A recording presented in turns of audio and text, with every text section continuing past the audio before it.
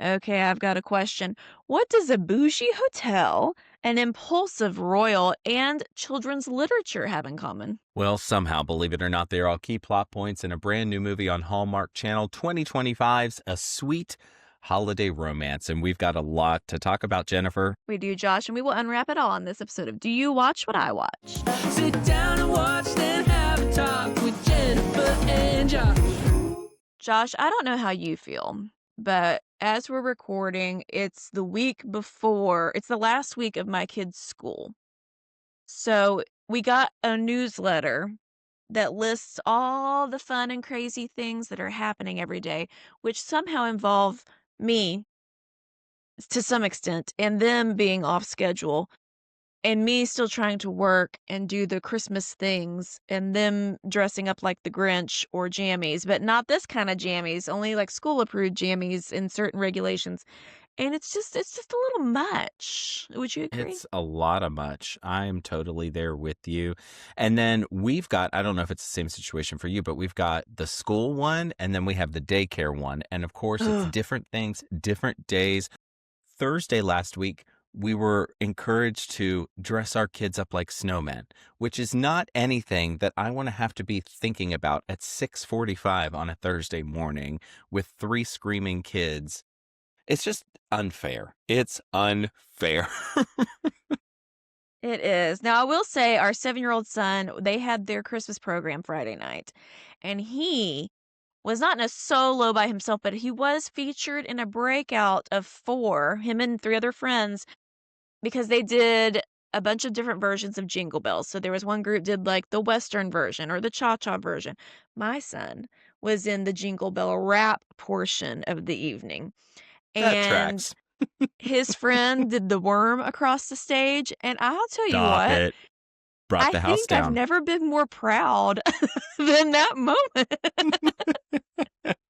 People were in the Well, lobby. "Oh, he did such a good job. Oh, I was so impressed such a with him." I was good like, "Oh, job. thank you. Oh, thank you." I'm like a stage mom now because he had one awesome performance in his program. Well, you'll have to stay tuned, dear listener, because my almost 4-year-old son will be performing in his daycare's performance of I'm the Happiest Christmas Tree, and he will be, in fact, dressed as a Christmas tree. So stay tuned for that. That's adorable. Did you have to make the costume or was it provided? It was send a green t-shirt to school, and it got sent back with a bunch of stickers and tchotchkes. And we were encouraged, of course, because we have so much spare time, to jazz it up even further ahead of Friday's big performance. So we'll Wow. see. Yeah, It's all we're too doing I much. feel like if you showed a picture of me now versus when we started Countdown to Christmas in October, I would look like, the presidents at the beginning and end of their term, how they age Yeah. a lot and the sadness comes over them. I feel just a little more haggard than I did when we were talking about Christmas movies in October when that was our only Christmas thing. And now I doing the know. movies plus like real life Christmas stuff, it's just all in. But you know what? It's almost We over. are in It's the thick of basically it. It over. is. So we're just going to keep powering through. Let's talk about this movie. The plot summary is here. Do you want to read it or should I? I'll give it to you. All So right. this one, again, brand new on Hallmark Channel, A Sweet Holiday Romance. Writer Sabrina stays at a luxury hotel to ghostwrite a memoir. She meets Ian at the bar and lets him think she's wealthy. He's actually a secretary posing as nobility while managing a royal jewels exhibit. Let's go. We open to a woman waxing poetic about the author who wrote the story of Cordelia, who lived in an old hotel, the Grand Fairbanks Hotel.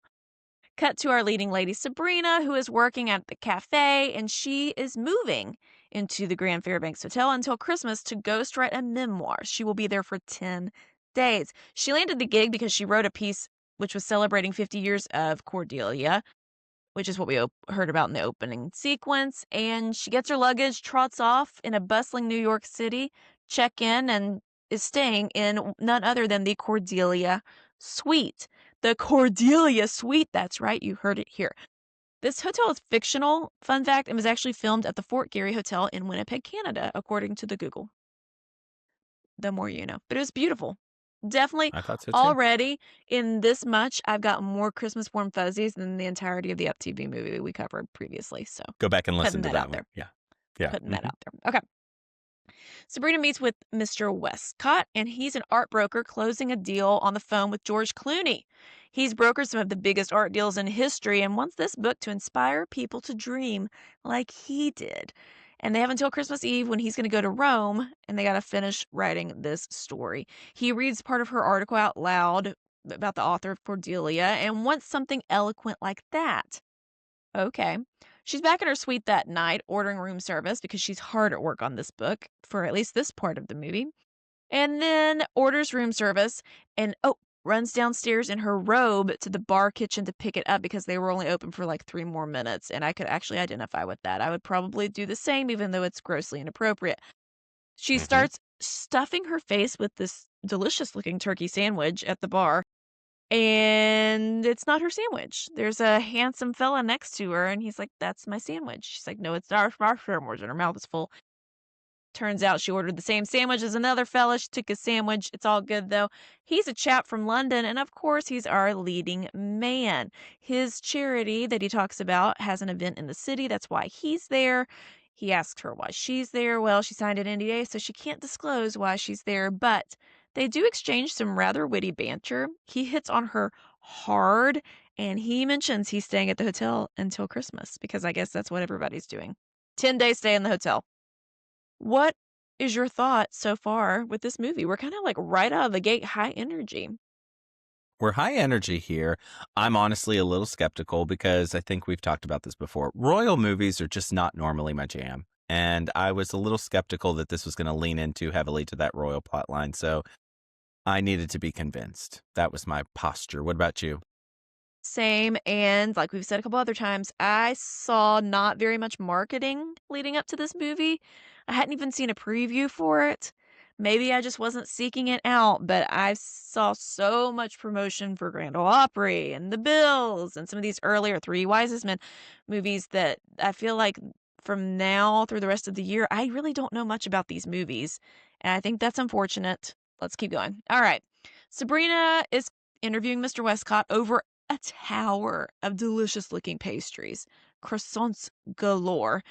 Turns out his dad was an artist, and that's why he helps artists get noticed. It's kind of why he got into the biz.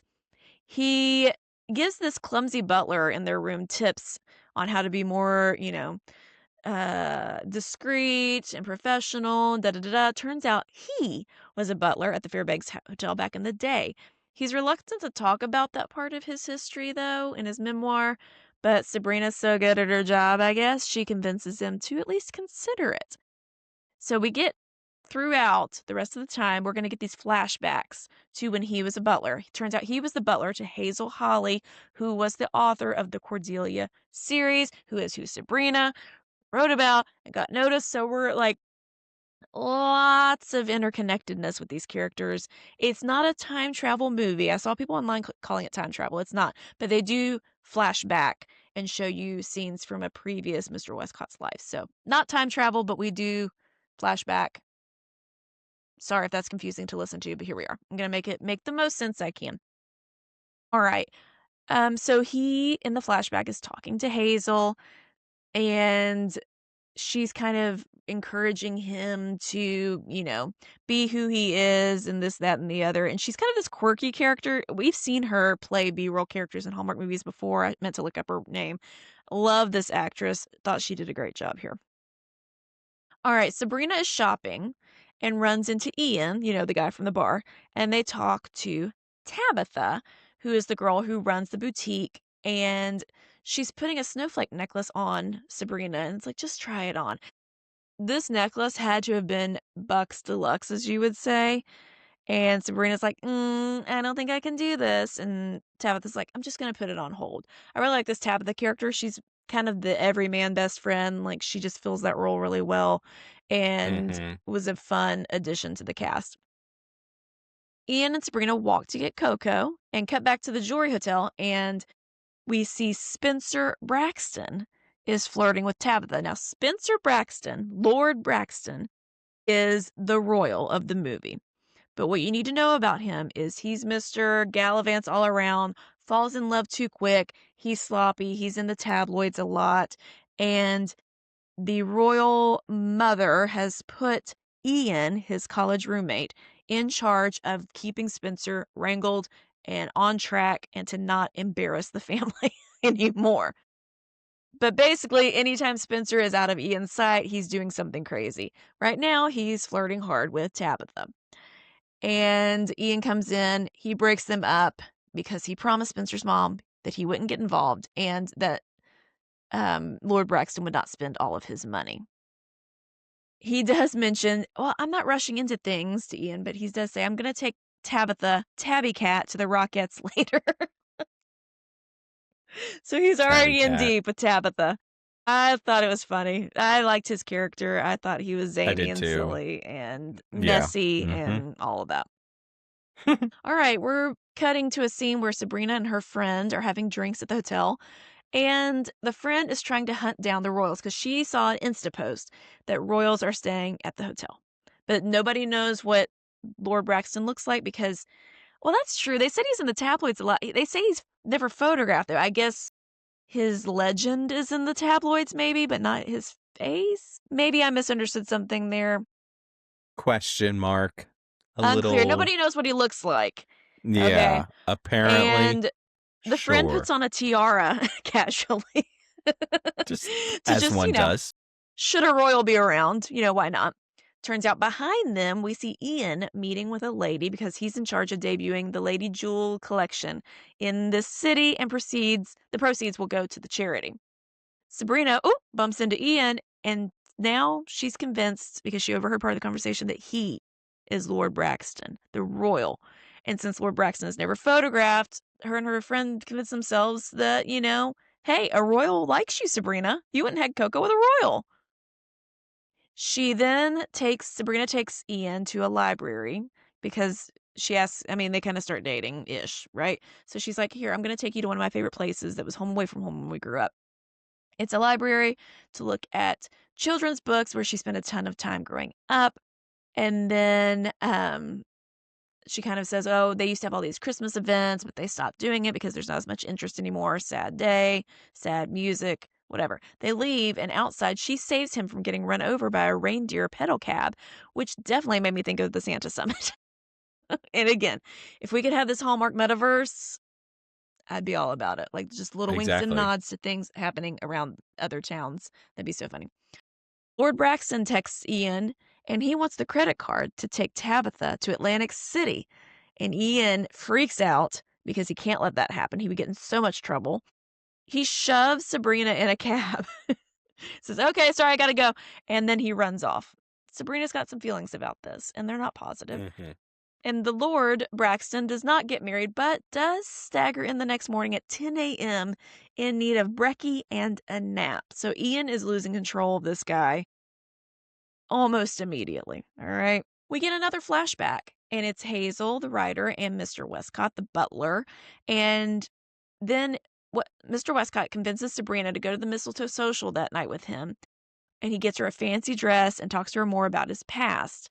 Turns out at that social back in the day, he met who came to be the love of his life, a pretty girl named Charlotte who was hiding under a bistro table because she did not want to be betrothed to another guy, another rich socialite. But sparks were sparking between Butler Westcott and Lady Charlotte back in the day. Back to present Mhm. day, the whole gang is at this social. We see Ian, we see Lord Braxton, we see Tabitha, everybody. And Ian finds Sabrina and he apologizes for shoving her in a cab. And they talk and he tells her how he benefited from a reading tutor when he was young and he would like to implement that type of program, the program that they have in London or wherever they're from, in New York City. And he's going to run it up the flagpole. Question: is Sabrina signed an NDA? But she has said she's writing a book. And then she's seen very much in public all the time with Mr. Westcott. Couldn't people put two and two together? One would think. One would think. Like, why else would she be hanging out with him unless it was love? Mm, yeah. I was Yeah. confused. But anyways, Me, same here. not obvious. We then get so much dancing, okay? There's a flashback to the past where it's young Butler and Charlotte dancing. It's modern day Mr. Westcott is dancing with Sabrina, not romantically, but just for fun. But then there's this other lady that really likes Mr. Westcott that keeps butting in. They're dancing, and then Ian comes in and dances with Sabrina. Lots of dancing, Lots of beautifully dancing. shot, beautifully Mhm. set decked. I'm here for it, okay? So much romance. And then Ian tells Sabrina that she is like a Christmas present, and he kisses her, but then rushes off because, hey, Lord Braxton's leaving with Tabitha and he can't be trusted. Ian is terrible at his job because the next morning he is just finding that the Lord Braxton was out all night. He looked for him, couldn't find him. Ian once again apologizes to Sabrina for leaving in a rush because that's what we do right now. And she's not too pleased, but maybe she'll forgive him again. We will see. Cut to Sabrina interviewing Mr. Westcott again, and then we flash back again. Turns out Charlotte, the young lady from the past, she didn't get engaged to the rich guy. They were going to spend New Year's Eve together, even though in that timeline she was going to go to Paris or London or somewhere and study fashion. It was her dream. Mhm. And Mhm. she was hesitant to date Butler Westcott on New Year's Eve because they didn't have much time together. And he said basically he wanted to just enjoy every moment he could with her. Right? Cute. So, present day, Ian goes to buy the snowflake necklace from Tabitha that Sabrina liked earlier. He takes Sabrina to a children's charity event at her old library like she used to have as a child. He arranged in like 24 hours to host a children's event for these kids. What? How did he do that? It was really cute. What did you think about this? I thought this was a great gesture. He was doing a romantic nod to something that's really significant to her, and I think that it was really well executed. My favorite part of it was that they had this book arch. Did you see that arch that they Mm-hmm. had? Mm-hmm. And it was like a gigantic book arch that went all the way around. I was like, that's really impressive. I liked it. Yeah, and it felt really cozy too. It felt really like a place I would want to hang This out. whole movie felt cozy, yeah. But I thought And especially very that scene was very warm. And then he dashes off. He's like, "Hey, Sabrina, can you hold my jacket?" Ian does, and he changes and dresses up like Santa and reads the Cordelia Christmas book to these young kids. She sees the jewelry box of the necklace in his coat pocket and is like, because it looks like a ring box. Yeah. They've known each other 4 days. Flashback to old author Hazel and Butler Westcott, and they are stealing a painting of Cordelia that she had donated to the hotel because she's like, hey, if you want to win over this girl back in the day, she likes Cordelia books, you like art, I'm going to give you this painting. And so that was kind of a funny little scene, seeing them like have this caper of stealing this painting. Seeing as how Sabrina needs to learn everything about Mr. Westcott, she sucks at this job and he gives her like 10 minutes of time each day. Mhm. Like, Yeah. what? Okay. Sabrina invites Ian to her friend's ugly Christmas sweater party because she has time for that. Like, remember, the first night she was up until they stopped room service because she was working on this book so much. But now, because of love, got all the time in the world. She invites him to the party, and they'd had this bit earlier where she was overdressed for the library thing. So this time, she let him think they were doing something fancy and let him be overdressed for the ugly Christmas sweater party, which was kind of cute, except that's drawing more attention to this royal guy. Like, if you want to be discreet, don't take your quote unquote royal new boo in a full like black tux, black tie affair outfit, right? I don't know. Exactly. That was a Mhm. little rude of Mhm. her. But they Mhm. go, they have a great time. He meets all of her friends. We get a Christmas party montage. And Lady Violet and Lady Braxton are coming to New York tomorrow. So Ian and Lord Braxton go running off again, which means she's been abandoned again. Lord Braxton uninvites Tabitha from the charity show because, well, I invited you and I didn't think my mom and sister were going to be here, but now they are, or my mom and aunt, whoever it was. But, that might just get complicated. And she's like, oh, here, yeah, I'll figure it out for you. And she breaks up with him. Lord Braxton does not handle breakups well, in case you're wondering. He tells Mm-mm. Ian, just to be honest with Sabrina, because at this point, Ian has somehow figured out that Sabrina thinks he's royal. But did she ever say that to him? Did I miss this? Mm-mm. Yeah, no, I don't think so. I didn't think so either. But he's really just stressed out about how to tell her the truth and how to break it to her. But he's worried if she knows the truth, she won't like him. So he's just going to keep lying because sometimes that's what we got to do in Hallmark Christmas movies. We got to double down on the lie. Double down on the It ruse. Keep always it works going. out well. Yeah, what could go Yeah, wrong every with time. lying at the Nothing. holidays? Nothing. Okay. Sure. But I did think this moment was sweet because Braxton is telling him, be honest. He can help clear the air if he needs to. And it shows their friendship and kind of like the more toned down Lord Braxton, where he's not all like crazy pants. Mm-mm. We get another flashback. And Sabrina, no, Charlotte meets Westcott at the New Year's Eve party. And they kiss that night. And he was going to give her that painting that he stole of Cordelia. So many names. But she doesn't even take it. She's like, I have to go study fashion in London. And she ends it with him, and he never gets to give her the painting and never sees her again. So sad. Modern day, Spencer Lord Braxton has gone missing, and Mumsy is not happy. He is in a Mumsy's none car too happy. taking he's in a car taking Tabitha on a date. He has a jewelry box burning a hole in his pocket. Things are looking pretty dire because, he's going to do what he's going to do again. I like that it's not like he's going off the deep end. Like, he doesn't have an addiction problem. His addiction is proposing to women that he barely knows. Exactly. Like, there are worse things he could be battling right now, but I get it. So, Sabrina, modern day, writes Ian a letter about how love can't always build bridges between two worlds. They're just too different. And I'm going to break my heart before I break yours. She has a waiter deliver the letter to him at the restaurant that they were supposed to meet and eat at. And it is very sad. Ian looks so sad in this scene. I know. She took I that know. part of the lesson away from Westcott's story. And he's like, no, I should have tried harder to fight for Charlotte. That's not what you were supposed to take away from the story, you idiot. And she's like, oh, what have I done? He's like, when you need to recognize an opportunity when it knocks. And turns out that's also back in the day when Hazel stopped writing because she wanted to pursue other ventures and take other opportunities. And Butler Westcott took her advice back in the day to start the art world scene.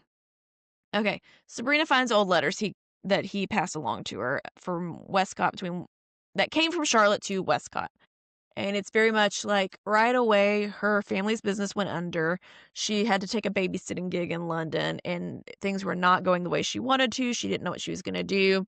She wished she could go back to New York, this, that, and the other. And I guess, did he ever write her back? It doesn't sound like it. Or had he moved and he never got them until later? I think that's what it was. Yeah. I think so too. Yeah. Mm-hmm.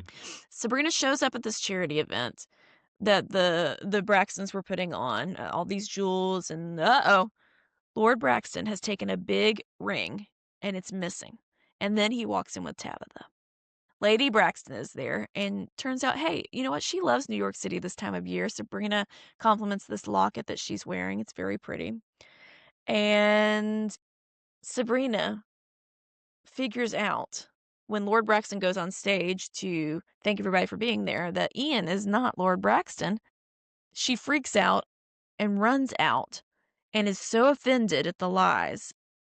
And I get it, but he didn't lie. You just kind of assumed and he didn't cut it off. I don't know. How did you think about this oopsie doodle, as we call it? Yeah, it was not as blatant. Like, I could not fault him as much as she was reacting, because earlier he had tried, right, to sort of find the opportunity to be honest and reveal it, but it always got interrupted. So it wasn't like he was intentionally trying to not. Yeah, I think it was just kind of one of those classic low-grade oopsie doodles.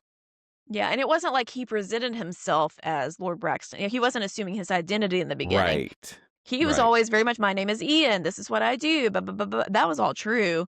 But then she made the jump thinking he was lying about that because he was covering up for being a royal. And it just, I didn't like this. But Sabrina then figures out Lady Braxton is Charlotte, y'all, from back in the day. And turns Love out this part.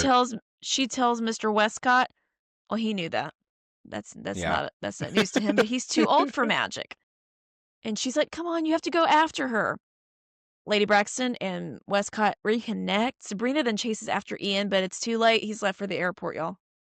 She checks out of the hotel and, oh, wait, there he is. He's standing by a tree. He gives her the snowflake necklace, and he's going to run the charity branch in New York City so they can still be together. Then we get to 1 year later.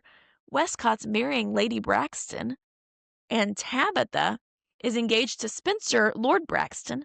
Sabrina is engaged to Ian. There are rings galore on fingers, and the Cordelia painting is on display at their wedding, and everyone is happy. Her memoir is a bestseller. She might make a follow-up sequel, and it is the end. It's time for gold or coal.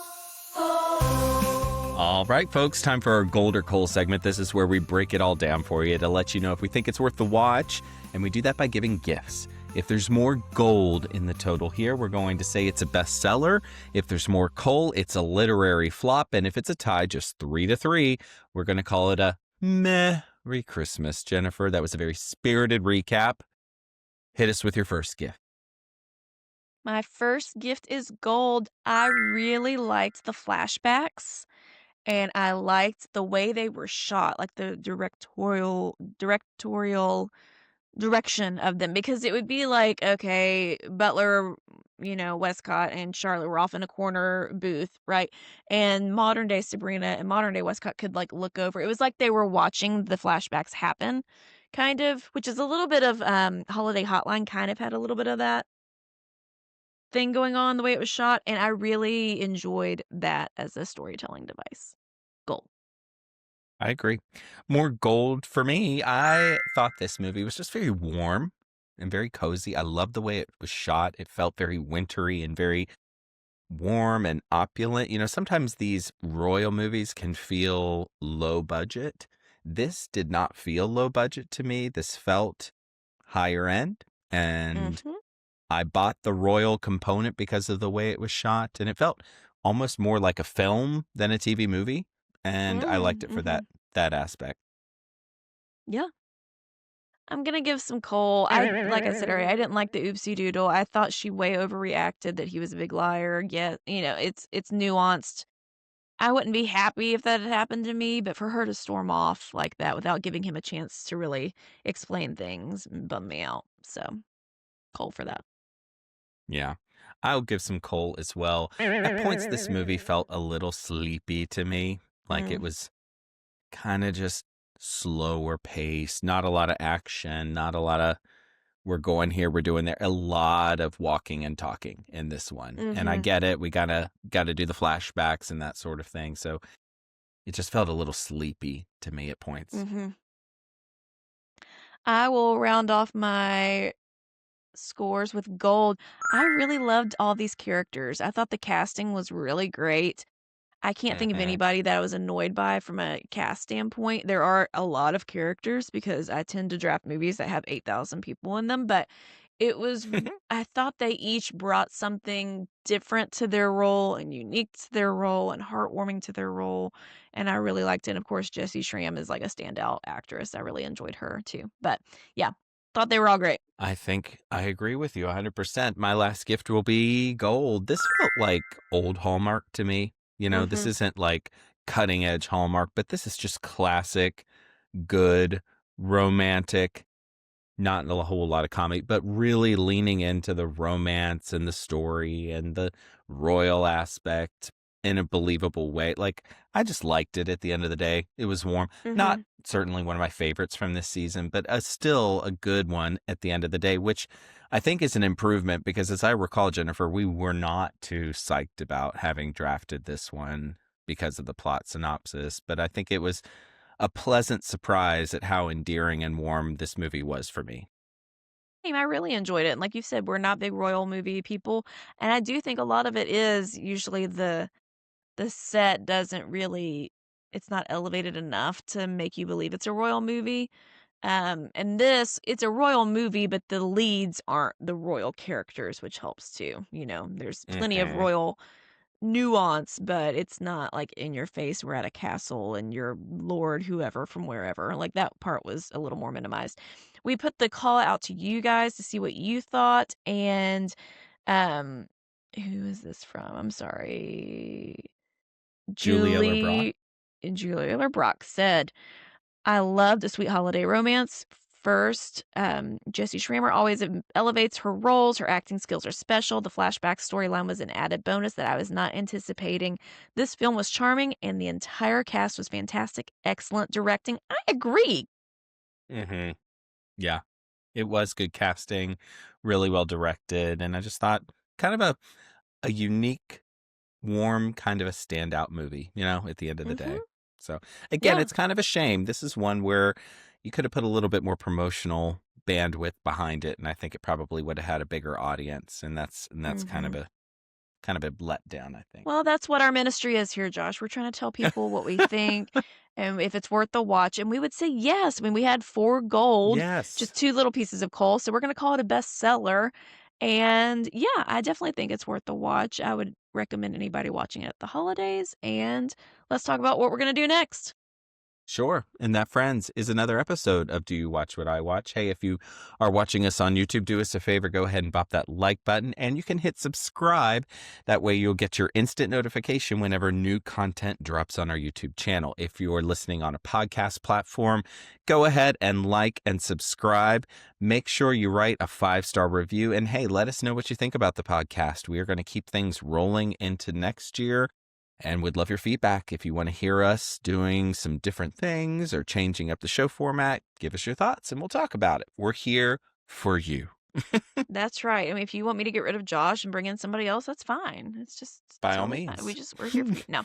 We got one review from RCR76 called Oh What Fun. Jennifer and Josh nail it every time. They're insightful, funny, and their banter is next level. You truly feel like you're right there with them, hanging out as they dive into their reviews. It's a fun, feel-good listen that always brightens my day. Highly, highly recommend.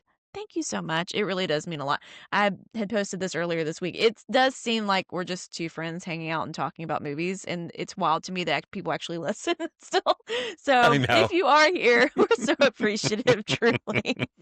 Next time, we will be chatting about an Up TV new movie.